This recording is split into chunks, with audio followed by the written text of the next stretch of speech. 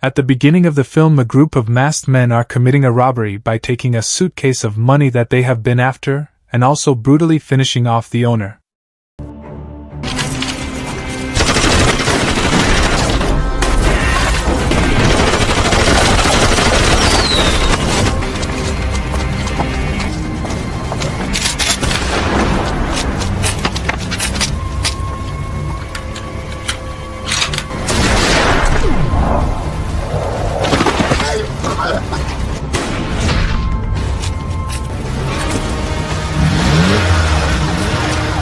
After successfully robbing, they immediately drove their car to escape from the police. The victim's husband, Harry, saw the incident from a distance, and was very shaken when he saw his wife and child lifeless. However, the group of robbers who hit his wife and child to death laughed while making fun of the two victims and immediately ran away from there.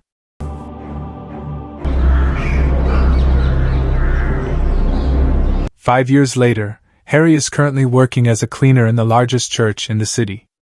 There he is accompanied by a woman named Emma. Day after day, he goes through with sadness because until now the image of his wife and child still remains in his mind. It can also be seen that Harry is always exercising to keep his body fit. All of that Harry did because it turned out that Harry had a plan to take revenge on the group that had hit his son and wife. It was told that all this time Harry was also assisted by a detective named Henderson to find the group that had hit his family.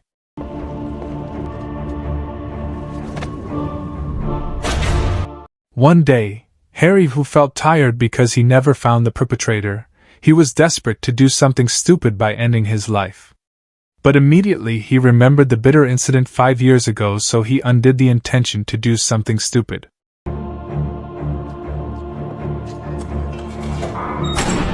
With the memory of his past memories, Harry was even more vengeful towards the group that had hit his wife and child to death. Some time after that, Harry also got a letter from the detective asking him to meet at a cafe. Without waiting long, Harry immediately met the detective at the cafe. Here the detective informed him that he had a friend who worked at a bar. His friend often told the detective that in his bar there were often drug transactions, where the drug dealer admitted that he and his group had hit a mother and child 5 years ago. Therefore, the detective was convinced that the dealer was one of the people from the group who hit Harry's wife and child. Then Harry immediately asked for the address of the bar because today Harry would also come there. God bless you. After that, Harry then headed to the bar and immediately ordered a drink while waiting. Shortly afterward, Harry saw a group of people going about their business in the back. Harry recognizes one of the men in the van that hit his wife and daughter. Increasingly intent on stalking them, Harry gets in and hides in the car. The car drives off without knowing Harry is hiding inside.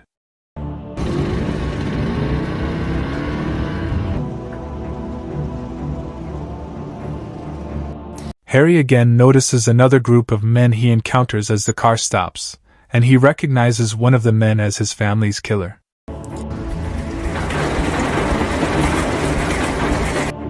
The scene shifts, and Harry is seen selling his wife's engagement ring.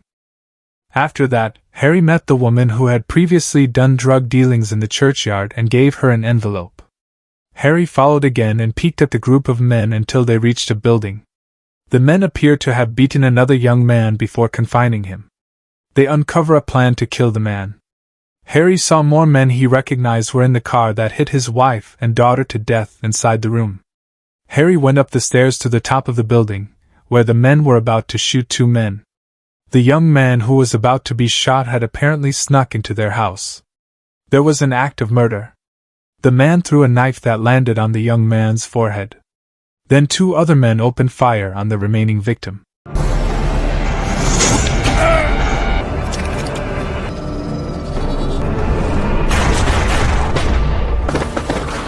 Harry, who witnessed the incident, was shocked. He panicked and ran down the stairs. On the way home, Harry looked confused. Although he still lurks not far from the building where the men are gathered. The scene shifts again, showing Harry giving an envelope to a woman in the churchyard. This time the woman gave him a box. Harry carried the box up into the room. Apparently, the box contained a gun and bullets. After loading the bullet into the gun, Harry practiced shooting into the bed. He imagined every shot going at the men who hit his wife and daughter.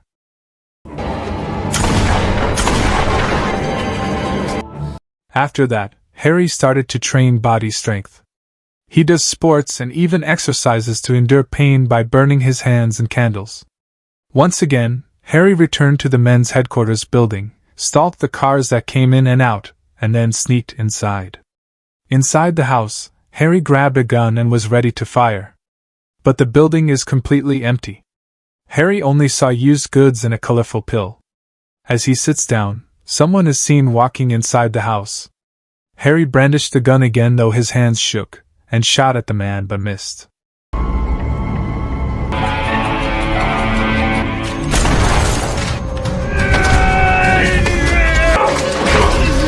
Instead, the man instantly immobilized Harry and stabbed his hand. Harry managed to grab a gun and shoot the man in the stomach in a precarious state. The man then said that his group was in the countryside to pick up deliveries in the next 2 days. Harry threw down the notebook and asked the man to write down their meeting place. The man asked who he was, and Harry took off his hat. The man said he knew they would meet again. Harry then reveals he was hoping, praying, and waiting for them to meet again. But soon, the man got back up from the chair and grabbed a knife to stab Harry. But Harry was faster and shot him.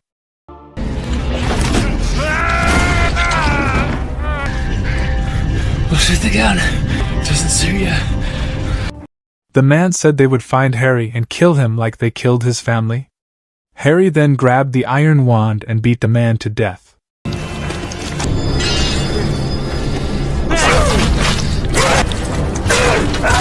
Back at the old church, Harry treated the wound on his hand from the man's stab. In the kitchen, he ran into Emma again.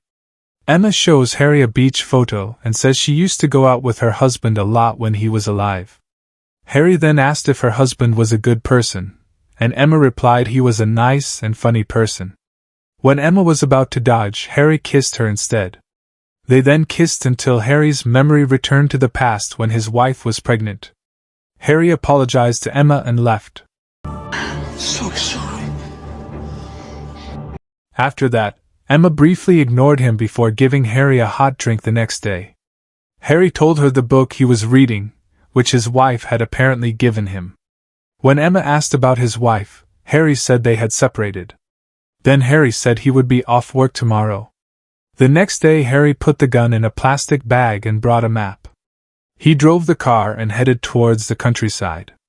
Harry saw a black van parked in front of the barn in a field. He surveyed the warehouse and saw 2 men coming out to greet another man who had arrived by plane. But the man did not stay long, and he just handed over the bag he was carrying before he flew away again. Harry then pulled a gun from inside his jacket and sneaked into the warehouse. 2 men came out of the barn to smoke. Harry approached and pointed a gun at them both. Without a word, Harry shot the 2 men.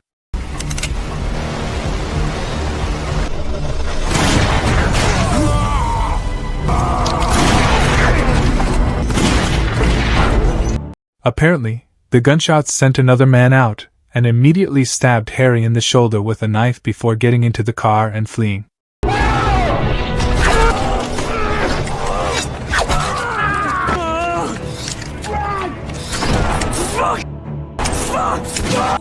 Harry picked up the long-barreled gun the man had left behind. In a state of pain, Harry saw the shadow of a woman.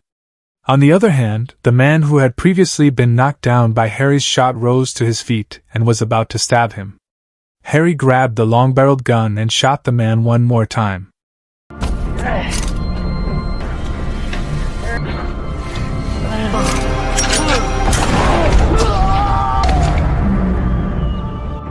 Still, in pain and stabbed, Harry took the knife the man had left behind, got in the car, and drove back to church.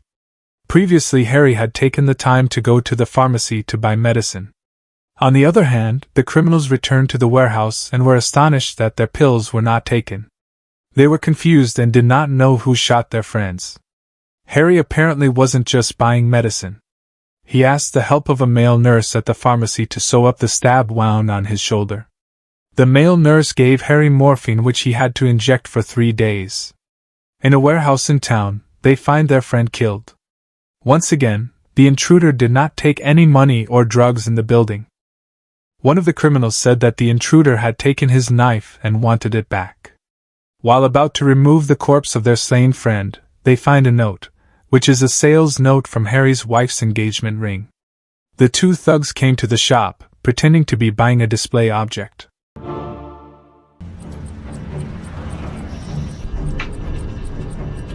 On the other hand, Emma left Harry to go to the seaside for a few days. Emma had apparently rented a place to celebrate her birthday. Hesitantly, Emma gave the address if Harry wanted to visit. Before Emma left, Harry wished her a happy birthday. While looking at the photo of the seaside scene Emma had left, Harry didn't notice a man sneaking in. The thug immediately pointed a gun at him while another man grabbed him from behind and asked for a knife. But Harry acted quickly by biting the man and running into the church.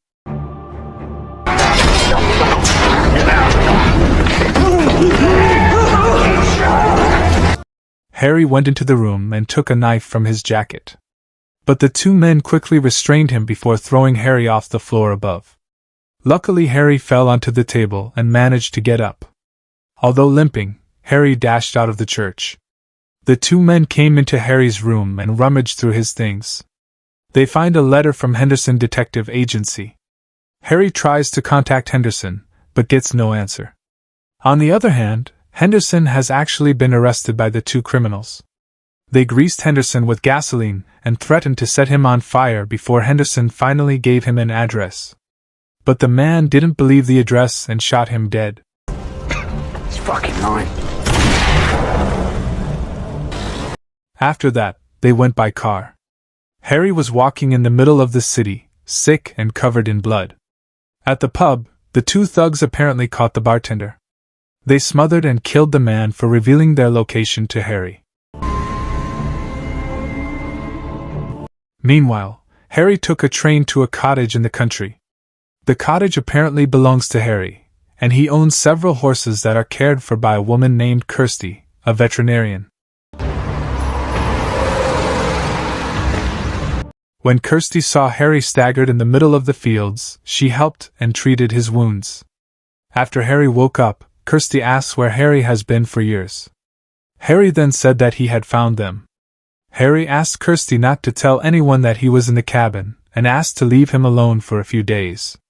Even Harry had asked Kirsty not to come and see him. After that, Harry went up the hill to the graves of his wife and daughter, Elizabeth and Lucy Kane. While on top of the hill, another old man came up to him. The old man asked Harry if he believed the criminals would come. Harry answered confidently, especially since he had already killed 3 of the gang of criminals. The old man then remembered the past when they used to walk around there when Harry's wife was pregnant. Harry said he was actually scared, but the old man gave him a hunting rifle and bullets. Kid.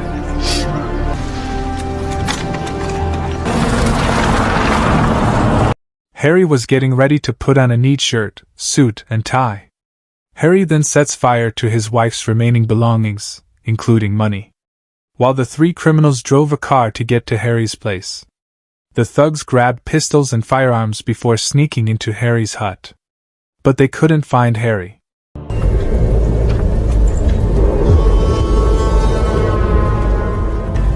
Where the fuck is he? Check upstairs.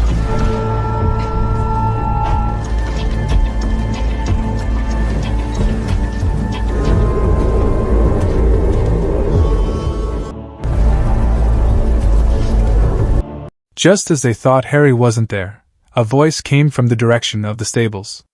The 2 criminals then went to see where Harry was. One of the criminals who stay at the house doesn't realize that Harry is in the house and is stalking him. When the thug turned around, Harry was already pointing his rifle and shooting the thug dead. The other 2 thugs scattered across the stables and fields, searching for Harry. The thug didn't notice Harry stalking him, and shot him straight away as before. But this one thug was more agile and managed to push Harry down. The fight between Harry and the thug ensues. Harry pushed the thug down and was doused with gasoline.